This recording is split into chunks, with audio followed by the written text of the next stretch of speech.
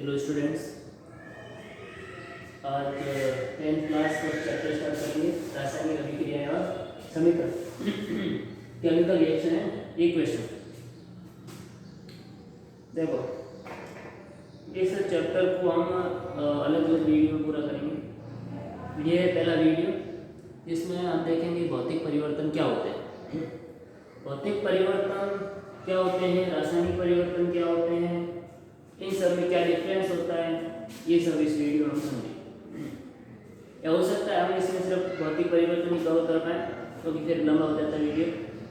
और देखो, ये चैप्टर को जब हम स्टार्ट करते हैं तो सबसे पहले थोड़ा सा इंट्रो लेने की कोशिश की गई है पहले पैरा में, जो आपके 10th क्लास के NCERT में दिया हुआ। तो इसको मैं थोड़ा सा डिटेल में पढ़ना चाहूँगा। तो इसमें ये बताया गया है कि हमारे चारों ओर बहुत सारे पदार्थ पाए जाते हैं, बहुत सारे सब्सटेंस पाए जाते हैं, और उनमें जो है परिवर्तन होते रहते हैं, बहुत सारे परिवर्तन होते हैं। लेकिन कुछ परिवर्तन तो हम उसको क्या करते हैं, नेग्लेक्ट कर देते हैं, इतना कंसीडर नहीं करते। लेकिन कुछ तो परिवर्तन होते हैं, उनको कंसीडर करते हैं। ऐसे बहुत सारे परिवर्तन, उसको इस चैप्टर में या फर्स्ट पैरा में बताया गया है। जैसे कि हम भौतिक परिवर्तन की बात करेंगे और रासायनिक परिवर्तन की बात करेंगे, तो क्या होता है भौतिक परिवर्तन, क्या है रासायनिक परिवर्तन। मैं जो है इधर तो लिखूँगा हिंदी में, इधर लिखूँगा इंग्लिश में, मतलब बाइलिंगुअल क्लास रहेगी, तो इसको पूरा देखेगा तो आपको जरूर फायदा होगा। अब देखते हैं कि पहली हेडिंग डाल देते हैं भौतिक परिवर्तन।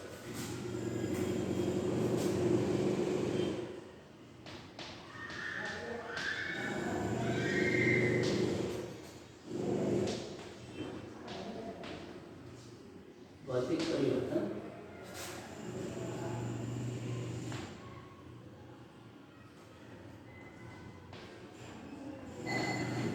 Physical change. देखो, चेंज होता क्या, मैं थोड़ा सा उसको डिफाइन करूँ। चेंज है ना, चेंज या परिवर्तन, क्या होता है परिवर्तन। देखो, सिंपल भाषा में बोलूँ परिवर्तन, जैसे कि आज आपने रेड कलर की शर्ट पहनी है और कल आप यदि ब्लू कलर की शर्ट पहनते हो तो कुछ डिफरेंस आ जाता है। आपने अलग अलग प्रकार की शर्ट पहनी, कुछ डिफरेंस हुआ नहीं, कुछ परिवर्तन हुआ। रेड और ब्लू फर्क है नहीं, परिवर्तन हुआ नहीं हुआ, है ना। आपने जैसे कि मैं बात करूँ, आपने आप यहाँ खड़े हो, आप चल के यहाँ पे, तो आपने स्थान क्या कर दिया, परिवर्तन कर दिया। अरे समझ, आपका हाथ ऐसा है, आपने ऐसे कर दिया, तो आपने हाथ में क्या कर दिया, परिवर्तन कर दिया। आपने दूध के अंदर थोड़ा सा दही डाला और वो जम गया, तो कुछ परिवर्तन हुआ, परिवर्तन हुआ होगा, क्योंकि दही बनाया दूध से, है ना। यदि आपने पेपर लिया, उसको फाड़ दिया, तो पेपर को जैसे ही फाड़ोगे तो पेपर हो सकता है पेपर 2 टुकड़ों में टूट गए और पेपर का जो आकार है वो छोटा हो गया, है ना। उसकी आकृति बदल गई होगी, उसका शेप एंड साइज बदल गया होगा। आपने लकड़ी ली और उसको आपने तोड़ दिया, हो सकता है लकड़ी की साइज जो है वो बदल चुकी हो। तो ये होते हैं परिवर्तन, है ना। और जैसे कि कुछ और, जैसे उदाहरण, आपने पानी को गर्म किया और वो पानी को गर्म किया और वो बदल चुका, इसमें जल वाष्प वाटर वेपर बदल चुका, तो कुछ परिवर्तन हुआ। वो ठोस लिक्विड से या तरल पदार्थ से किससे बदल चुका, गैस में, है ना। तो ऐसे बहुत सारे परिवर्तन होते हैं जिनको हम कंसिडर नहीं करते। जैसे कि आपने हेयर कट करवाए, बड़े बड़े बाल थे आपके, और आपने उसको क्या कर दिया, छोटे, तो कुछ परिवर्तन हो ना, आपके बाल क्या हो चुके हैं, छोटे। जैसे कि आपने आप तो क्या 10th क्लास में हो, तो शेव होता नहीं, जैसे कि किसी बियर्ड होती है, किसी दाढ़ी होती है, तो वो क्या करता है, वो यदि हटा देता है तो आपने कुछ फर्क देखते हो, वो फर्क जो वो क्या होता है, परिवर्तन। तो परिवर्तन बहुत सारे होते हैं, है ना। परिवर्तन बहुत सारे होते हैं हमारे आसपास, लेकिन हम उसको क्या करते हैं, कंसिडर नहीं करते हैं, उसको हम इतना महत्व नहीं देते। लेकिन जब हम साइंस की बात करते हैं तो उसमें जो परिवर्तन है हमें वो पढ़ने पड़ते हैं, और फर्स्ट चैप्टर में जो परिवर्तन पढ़े, इसमें जो पहला परिवर्तन जो है, 2 टाइप के होते हैं परिवर्तन, मैं आपको बता दूँ। एक होता है भौतिक परिवर्तन, भौतिक परिवर्तन, और दूसरा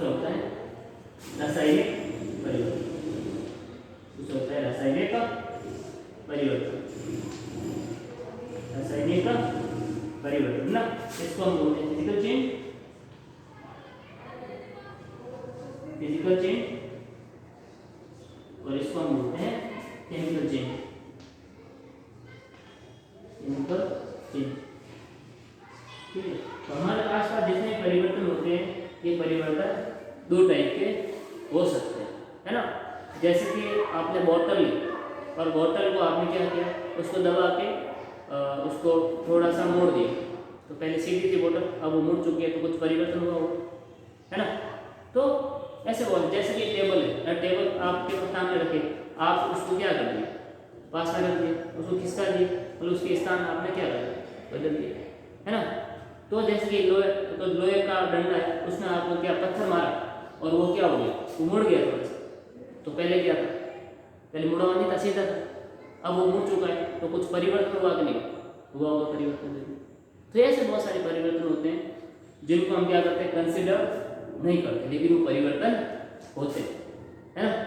तो हम बात करेंगे भौतिक परिवर्तन की। और देखो, भौतिक परिवर्तन समझने से पहले कुछ चीज़ें मैं बता दूँ आपको कि आपने पढ़ा होगा कि उस भौतिक पदार्थ के भौतिक गुण, पदार्थ के भौतिक गुण होते हैं। भौतिक गुण जो सब्सटेंस के जो है या मैटर के, सब्सटेंस या मैटर के कुछ फिजिकल प्रॉपर्टी होती है, फिजिकल प्रॉपर्टी होती है। कौन कौन सी फिजिकल प्रॉपर्टी हो, तो देखिएगा अच्छे से। जैसे कि मैं बात करूं आकार का मतलब है ना, साइज, है ना। जैसे कि आकृति की बात करें,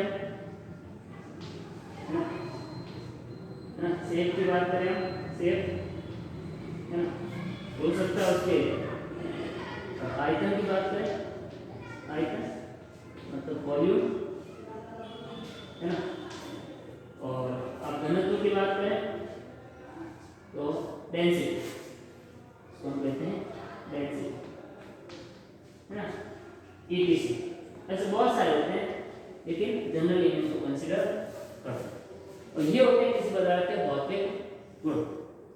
अब देखो, जब भौतिक का परिवर्तन की परिभाषा लिखते हैं तो हम ऐसा बोलते हैं कि जब किसी पदार्थ के भौतिक गुणों में यदि परिवर्तन हो जाता है, यदि भौतिक गुणों में परिवर्तन हो जाता है, इसका मतलब उसके आकार में परिवर्तन हो सकता है, उसकी आकृति में परिवर्तन हो सकता है, उसके आयतन में परिवर्तन हो सकता है, उसके घनत्व में परिवर्तन हो सकता है ना।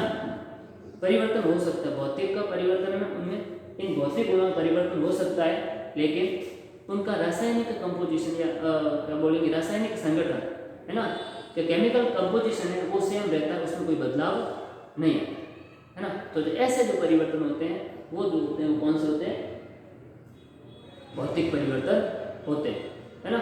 जैसे कि मैं आपको बात करूं कि केमिकल कंपोजिशन का क्या मतलब है ना। एक मिनट और बात करूं, अवस्था, है ना, अवस्था, है ना, एक और फिजिकल प्रॉपर्टी होती है अवस्था, है ना। किसी भी पदार्थ के जनरली कितनी अवस्थाएं होती हैं, 3 अवस्थाएं होती है ना। एक होती है ठोस अवस्था, और एक होती है द्रव, या इसको बोलेंगे सॉलिड स्टेट, सॉलिड स्टेट, ये ना, ये स्टेट्स होती हैं, सॉलिड स्टेट हो गई, एक हो गई अपनी लिक्विड स्टेट, लिक्विड, और एक हो जाती है हमारी गैस, है ना, गैसियस स्टेट। तो किसी पदार्थ की हमारे पास कितनी अवस्थाएं हो सकती हैं, 3 अवस्थाएं हो सकती हैं। तो भौतिक परिवर्तन की जब बात करते हैं तो अवस्था की भी बात करते हैं। तो मैं लिख देता हूँ कि अवस्था भी क्या है, अवस्था भी एक जो है, स्टेट भी जो है वो एक क्या है, एक भौतिक गुण है, फिजिकल प्रॉपर्टी है ना। इसमें ही परिवर्तन हो सकता है, मतलब यदि किसी पदार्थ की अवस्था बदल जाए, मतलब यदि वो ठोस से लिक्विड बने, है ना, या लिक्विड से ठोस बन जाए, या लिक्विड से गैस बन जाए, ऐसा नहीं, तो ये हो सकता है, ऐसा परिवर्तन हो सकता है, भौतिक परिवर्तन, है ना। तो ये परिवर्तन हो सकता है, लेकिन इनका जो रासायनिक संगठन है वो सेम ही है। जैसे मैं बात करूँ वाटर की, हम इसे इधर लिखेंगे दोनों तरफ, एक तरफ इंग्लिश में और एक तरफ हिंदी में लिखेंगे। देखो, मैं बात करूँ जल की, है ना, साधारण इसको वाटर कहते हैं, है ना। वाटर। अब इसको मान लो आपने क्या किया, इसको मान लो आपने गर्म किया, मतलब आपने क्या किया, इसको हीट किया, है ना। तो आपको पता होगा जब हीट करते हैं वाटर को या जल को, तब क्या है, जल वाष्प बनती है। क्या बनती है, जल वाष्प बनती है। जल वाष्प मतलब वाटर वेपर बनती है, वाटर वेपर बनती है, वाटर वेपर बनती है ना। और यदि आप वापस इसको यदि जल वाष्प को फ्रीज करते हो, ठंडा करते हो, क्या करते हो, ठंडा करते हो, है ना, ठंडा करते हो मतलब, और इसको क्या करते हो, फ्रीज करते हो, कि वापस किसमें बदल जाता है, जल में बदल जाता है।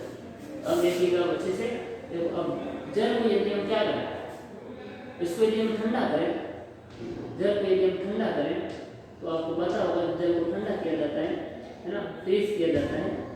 जब जल को फ्रीज किया जाता है तो क्या होता है, जल जो है वो बदल जाता है अपने बर्फ में, है ना, मतलब आइस में बदल जाता है। और आइस को यदि वापस हीट कर दें, आइस को क्या करें, वापस गर्म कर दें या ठंडा कर दें, हीट करते हैं इसको, गर्म करते हैं, है ना, हीट दें इसको, गर्म करें, तो वापस किसमें बदल जाता है, जल में बदल जाता है। अब देखो, अब ध्यान देना, ये जल जो है वो पदार्थ की कौन सी अवस्था में है, जल जो है वो पदार्थ की द्रव, है ना, द्रव या तरल अवस्था में आता है ना, लिक्विड स्टेट, बिल्कुल, है ना। अब इसमें देखो बर्फ देखा, बर्फ जो है पदार्थ कौन सा अवस्था है, तो आपको पता होगा ये ठोस अवस्था है ना, मतलब कौन सी स्टेट है, सॉलिड स्टेट है, कौन सी स्टेट है, सॉलिड स्टेट। अब जल वाष्प का वाटर वेपर को देखोगे तो ये कौन सी अवस्था है, आपको पता होगा, ये अवस्था जो है जल वाष्प गैस अवस्था, गैस अवस्था मतलब गैसियस स्टेट, है ना। लेकिन क्या ये अवस्था बदलने के कारण क्या वाटर का केमिकल कंपोजिशन, इट मींस रासायनिक संगठन क्या चेंज हो गया, तो आपको पता होगा कि जल का रासायनिक संगठन मतलब इट मींस रासायनिक सूत्र जो होता है, आपको पता ही होगा, सबको पता है, ये तो बहुत छोटी क्लास में सिखाया जाता है। H2O, है ना, H2O क्या होता है, केमिकल कंपोजिशन ऑफ वाटर, है ना, रासायनिक संगठन है वाटर का। अब आप देखना, तो ये जल है, लिक्विड अवस्था में जो जल है, इसका केमिकल कंपोजिशन होता है H2O, है ना, लिक्विड है ना, केमिकल कंपोजिशन क्या होता है, H2O। आप इसको यदि गर्म करते हो तो ये किसमें, जल वाष्प बन जाता है, और जल वाष्प का केमिकल कंपोजिशन क्या होता है, H2O, है ना, ये किसमें, ये गैस स्टेट में। और यदि आप वाटर को ठंडा करते हो तो बर्फ में बदल जाता है, और इसका भी केमिकल कंपोजिशन क्या होता है, H2O, है ना।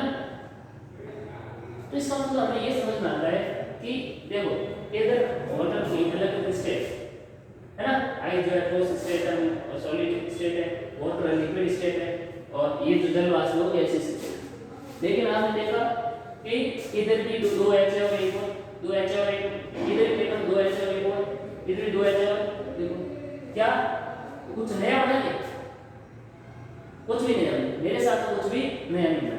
तो अवस्था परिवर्तन होने से किसी नई चीज का निर्माण नहीं होता, है ना।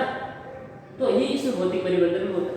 भौतिक परिवर्तन में इसका मेरे कहने का मतलब ये है कि किसी नए पदार्थ का निर्माण नहीं होता। इसका मतलब मैं एक और बात बताऊं आपको कि आप यदि पेपर लीजिए, जैसे कि देखिए ये मैंने पेपर लिया, अब पेपर को मैंने फाड़ दिया, इसके दो टुकड़े हो गए। ये पहले कैसा था, गोल ना, कुछ इसकी कुछ और आकृति हो गई, कुछ और शेप हो। तो शेप तो मतलब मैंने कहा ना भौतिक, ये क्या भौतिक परिवर्तन। अब शेप में चेंज हो सकता है, आकृति में चेंज हो सकता है, भौतिक गुण में चेंज हो सकता है। लेकिन अब बताओ क्या पेपर प्लास्टिक बन चुका है क्या, मेरे को बताओ, नहीं, कुछ नहीं। ये भी पेपर है, ये भी पेपर, बस छोटा हो चुका है और कुछ नहीं हुआ। अगर समझ में नहीं आया तो मेरा कहने का मतलब ये है कि इसके भौतिक गुण बदल सकते हैं, लेकिन इसमें रासायनिक संगठन में इसके कोई परिवर्तन नहीं होता। और ये है कि किसी नए पदार्थ का भी निर्माण नहीं होता, है ना। अब जैसे मैं बात करूं लकड़ी, आप लकड़ी को क्या करो, लकड़ी को तोड़ दो। अब लकड़ी को तोड़ोगे तो हो सकता है लकड़ी लंबी हो, वो क्या हो जाएगी, छोटी हो जाएगी। और जैसे लकड़ी छोटी होगी तो क्या लकड़ी से कुछ लोहा बढ़ गया, मेरे साथ तो कुछ नहीं बढ़ा, लकड़ी तो लकड़ी रही ना, तो चेंज हो गया, कुछ नया बना दिया, कुछ नया नहीं बना, तो चेंज जरूर हुआ, परिवर्तन जरूर हुआ। क्या परिवर्तन, ये लकड़ी छोटी हो गई, लकड़ी छोटी हो मतलब उसका आकार जो वो छोटा हो गया, मतलब आकार है वो बदल चुका। आ रहा समझ में? जैसे कि बात करूं आपके, तो ये होते हैं सबके भौतिक गुण। जैसे कि मैं चौक की बात करूं, ये चौक है मेरे पास, अब चौक को मैंने क्या किया, तोड़ दिया, है ना, चौक को मैंने दो टुकड़े कर दिए। ये चौक क्या, ये चौक ये क्या है, छोटे होने से चौक क्या बदल दी है, कुछ और बढ़ गया है, नहीं बढ़ा, ये चौक की चौक रही, क्या ये कुछ और बन गया, क्या ये भी चौक रही। तो परिवर्तन किस चीज का हुआ, चेंज किसमें हुआ, इसके आकार, इसकी साइज चेंज हो गई ना। पहले ये चौक ऐसी थी, ये चौक ऐसी थी, अब ये चौक कैसे हो चुकी है, छोटी, समझ में? तो इसके आकार में परिवर्तन हुआ, इसकी साइज में चेंज हुआ है, और कुछ भी नहीं, किसी नए पदार्थ का निर्माण नहीं हुआ। मैं एक और उदाहरण दूंगा आपको, जैसे कि मोमबत्ती का उदाहरण लेता हूँ, मतलब कैंडल का उदाहरण लेता हूँ। जैसे कि आपने ऐसे हमारी मोमबत्ती होती है, कैंडल होती है ना, ये कैंडल, और यहाँ पर ये बत्ती होती है, इसको हम बोलते हैं ना, ये वैक्स होता है, तो वो क्या होती है, दीप। अब इसको मान लो आपने क्या किया, जलाया, जलाया। अब देखो जलने के बाद आप देखा होगा कुछ यहाँ से धुआं निकल रहा है ना, लेकिन आप कुछ ऐसे ना कि मोम पिघल के यहाँ पर नीचे आ जाता है, आपने देखा होगा कि मोम पिघल के क्या आ जाता है, नीचे आ जाता है। मैं इसकी बात नहीं कर रहा हूँ, ये जली, इसकी मैं बात नहीं कर रहा हूँ, इसकी बात कर रही हम केमिकल चेंज। लेकिन आप देखना ये पिघल चुकी है, तो इस पिघलने के कारण क्या हुआ कि ये जो पिघली हुई मोम है ना, अब मोम के पिघलने से कुछ परिवर्तन हुआ, ये छोटी हो गई, मोमबत्ती क्या होगी, कैंडल क्या होगी, छोटी हो गई। लेकिन जो मोम ये पिघली है, वैक्स जो पिघला है, क्या ये पिघला हुआ वैक्स जो कुछ और बन गया, क्या वैक्स से कुछ और बना, क्या नहीं, वैक्स का वैक्स रहा, मोम का मोम ही रहा, है ना। तो पिघलना, जैसे कि मैं बात करूं आपके गोल्ड की, है ना, गोल्ड को पिघला दिया गया, मतलब गोल्ड में बात करूं तो ऐसी वो आती है ना, पट्टी आती है ऐसी गोल्ड की, है ना। अब इसको क्या किया, इसको हीट किया गया, इसको गर्म किया गया, इसका ये पिघल गया, क्या हो गया, ये पिघल गया। इट मींस क्या हुआ कि ये जो है ठोस अवस्था थी, सॉलिड स्टेट थी, क्या थी, सॉलिड स्टेट थी, सॉलिड स्टेट। अब ये कौन सी है, गोल्ड की कौन सी स्टेट बन चुकी है, ये हो चुकी है यहाँ पे लिक्विड स्टेट, लिक्विड स्टेट मतलब द्रव अवस्था, द्रव अवस्था। लेकिन आपने देखा होगा कि सोना तो सोना ही रहता है, चांदी थोड़ी हो, प्लास्टिक या लोहा थोड़ी हो, आयरन थोड़ी हो, कुछ नहीं हो। लेकिन इसका क्या हुआ, परिवर्तन किसमें हो गया, इसकी अवस्था में परिवर्तन हो गया, है ना। तो ऐसे जो परिवर्तन होते हैं वो होते हैं भौतिक परिवर्तन। लेकिन एक बात और समझ लो इधर, एक बात है कि ये सोना है वापस, ये सोना, अब इसको मैं वापस क्या करूँ, ठंडा करूँ, इसको वापस क्या करूँ मैं, ठंडा करूँ, ठंडा करूँ तो वापस सॉलिड बन जाएगा, बिल्कुल। जो गहने बनाए जाते हैं, ज्वेलरी बनाई जाती है, तो उसमें क्या किया जाता है, उसमें क्या किया जाता है, सोने को पिघलाया जाता है, गोल्ड को पिघलाया जाता है, और पिघला के ज्वेलरी बना के तो वापस वो ठंडा करे तो वापस वो कैसा बन जाता है, सॉलिड स्टेट में आ जाता है, आता है नहीं, तो सोना का सोना ही रहता है और कुछ नहीं बनता। आ रहा समझ में? अरे ये तो सारे मैंने एग्जाम्पल दिया आपको, ये है भौतिक परिवर्तन। इसका मतलब क्या है कि ये जो परिवर्तन होते हैं मतलब वापस वैसा ही बन गए, मतलब ये उत्क्रमणीय, मतलब रिवर्सिबल, कैसे हुए, उत्क्रमणीय, उत्क्रमणीय,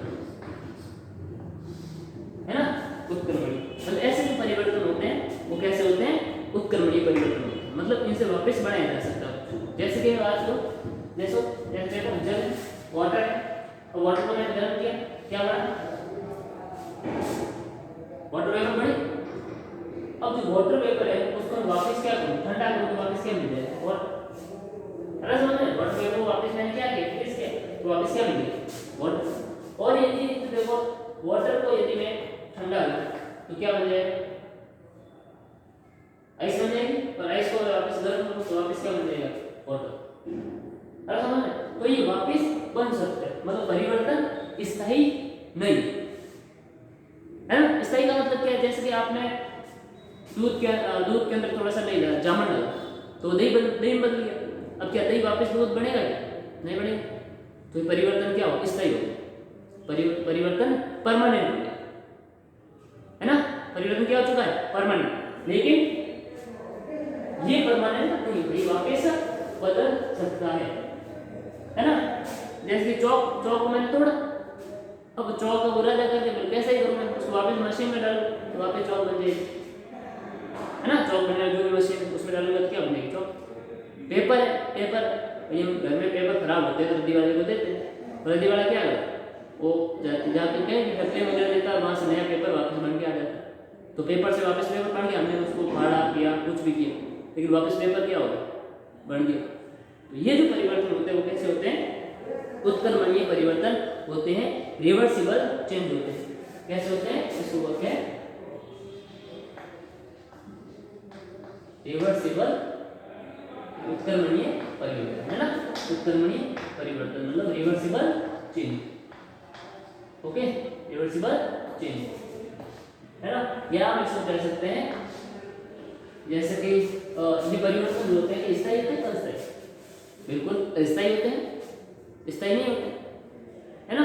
जैसे आपने लोहे को मोड़ा, तो लोहे मोड़ने से क्या हुआ, लोहा मुड़ गया, उसकी आकृति जो है कुछ और होगी, है ना, आकृति कुछ और होगी। लेकिन उसको वापस गर्म करके वापस सीधा किया जा सकता है, तो परिवर्तन हुआ, क्या वो परमानेंट रहा है, स्थायी रहा है, बिल्कुल नहीं, वो परिवर्तन कैसा था, अस्थायी। तो ये परिवर्तन कैसे होते हैं, अस्थायी परिवर्तन होते हैं। भौतिक परिवर्तन कैसे होते हैं, अस्थायी परिवर्तन होते हैं। मतलब ये कैसे परिवर्तन होते हैं, टेम्परेरी चेंजेस होते हैं, है ना। क्या होते हैं, कैसे होते हैं, टेम्परेरी चेंजेस,